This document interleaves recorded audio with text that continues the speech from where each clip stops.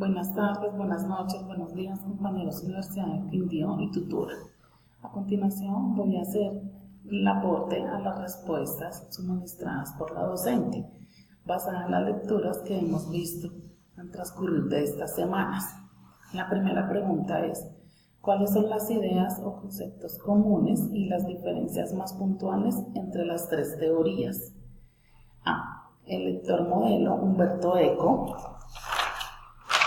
lo que nos da a entender es darle sentido a la información que se lee. El lector no entiende lo que el autor dice con base al concepto. Es aquel que es capaz de entender lo que el lector dice. También hay un lector empírico, aquel que basa su hipótesis en lo que el autor debe decir. El autor modelo es el que debe dar a entender todo a cualquier tipo de lector. Basado en esta lectura, lo que yo puedo entender de lo que entendí, es que el autor nos está mostrando que hay varios tipos de lectores, como hay lectores que tienen buena capacidad para concentrarse, para actuar, para todas las cosas, como hay unos que son dispersos, pero pues también entienden lo que están leyendo, pero no captan con la misma idea. Lo que se puede ver reflejado es que el autor también nos informa y nos da a entender que todo lector, o sea, toda persona que lee es por amor a la lectura, no porque leen obligados, porque si leyeran obligados, como uno puede decir, no tendrían entendimiento de nada. Leen, pero no todos tienen el mismo coeficiente intelectual de entender todos los seres humanos tenemos diferentes formas de entender las cosas. B. Sobre la lectura de Estanislao Zuleta.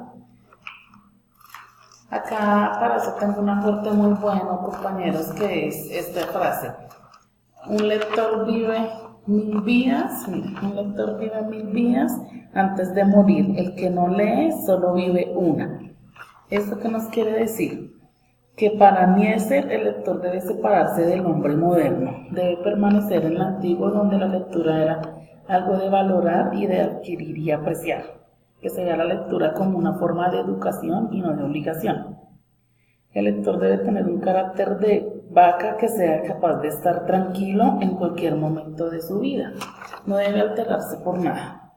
El hombre moderno es el que está de afán, quiere rápidamente asimilar las cosas, como aquí vemos.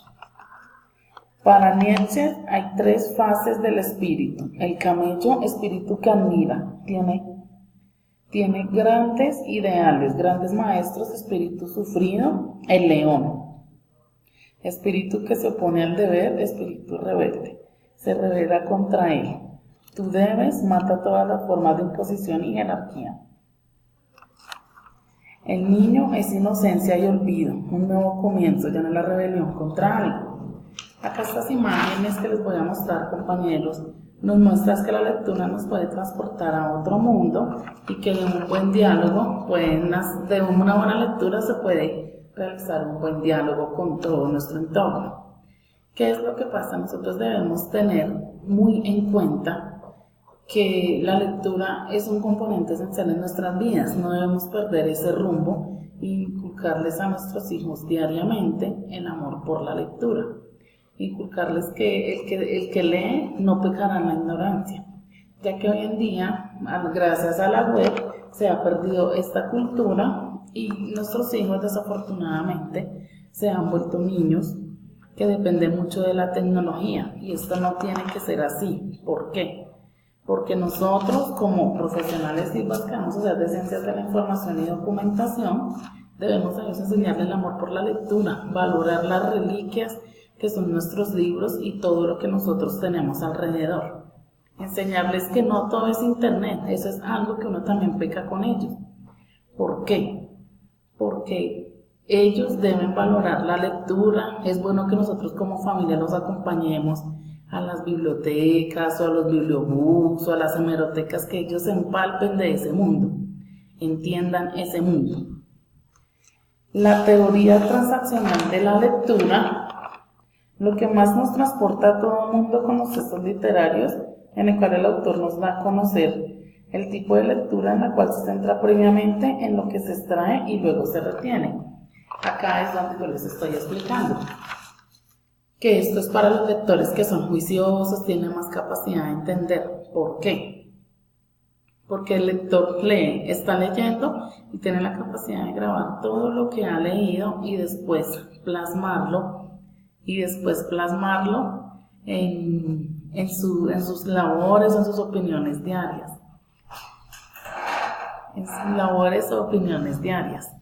Lo que pasa es que los lectores pasivos son los que leen porque quieren y no están.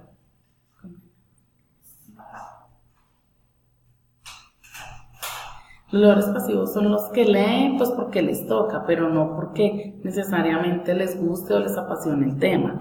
Los lectores que son juiciosos obviamente captan todas las ideas y las pueden dar a entender a sus compañeros con cualquier facilidad. Hay unas grandes diferencias.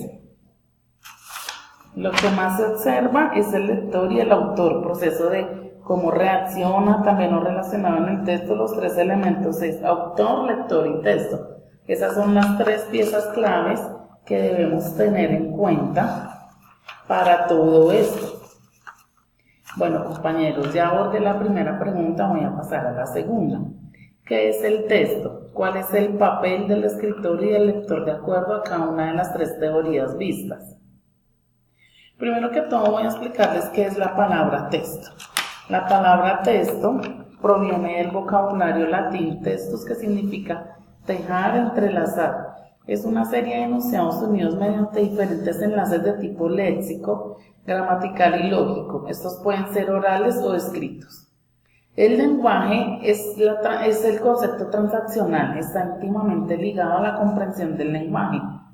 Transacción con el texto. Los conceptos de transacción, la naturaleza transaccional del lenguaje y la atención selectiva pueden ahora aplicarse al análisis de proceso de lectura.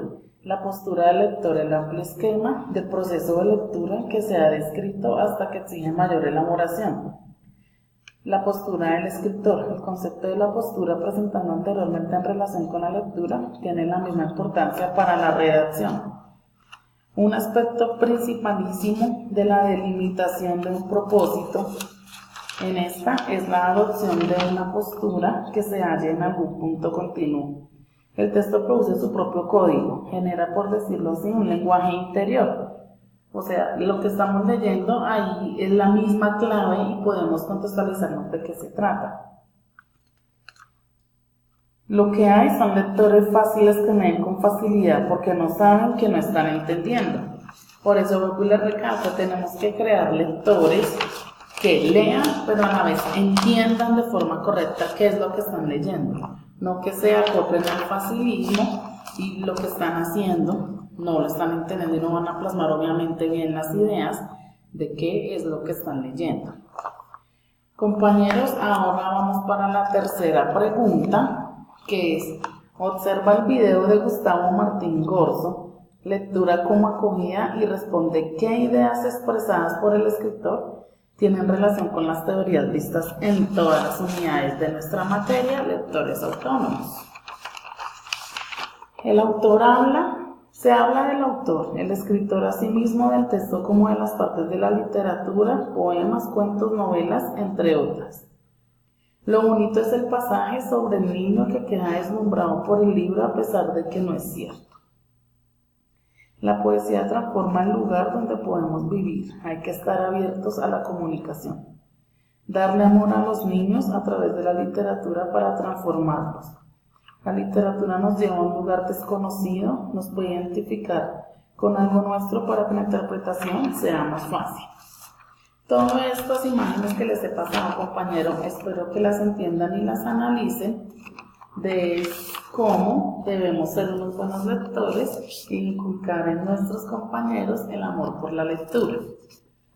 Y en nuestros hijos, es lo primordial. En nuestros hogares empecemos por casa, inculcarles el amor por la lectura, acompañarlos a las unidades de información, enseñarles todo, que un buen lector tiene que tener toda esta clase de perfiles para que pueda plasmar sus ideas. No decirles que el internet y eso, porque como dice el autor, hay varias clases de lectores. No debemos quedarnos en los lectores pasivos que leen, poco entienden y obviamente no van a plasmar bien sus ideas.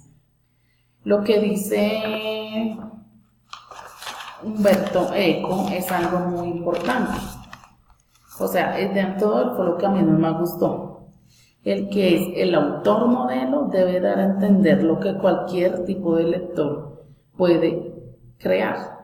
¿Qué quiere decir? El autor modelo tiene que tener la capacidad de crear una lectura que los lectores sea de fácil y amenamente entendimiento.